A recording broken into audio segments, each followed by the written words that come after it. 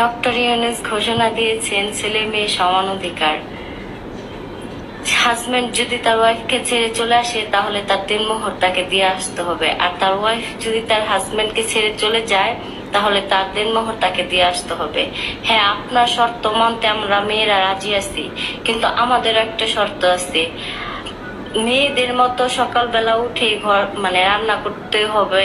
মেয়েরা যদি রান্না করে একদিন, ছেলেদেরও একদিন রান্না করতে হবে। মেয়েরা যদি 10 মাসে প্রেগনেন্স থাকে, ছেলেদেরও প্রেগনেন্স হয়ে দেখাতে হবে। তাহলে আমরা মেয়েরা এই শর্ত মানতে রাজি আছি যে তার দেনমোহর তাকে দিয়ে আসতে। এসব পাগল ছাগলের বাড়ি কই থেকে আল্লাহ হবে সেই জানে। আপু, আপনার কথা শুনতে আমরা রাজি আছি, কিন্তু আমাদেরও একটা শর্ত আছে।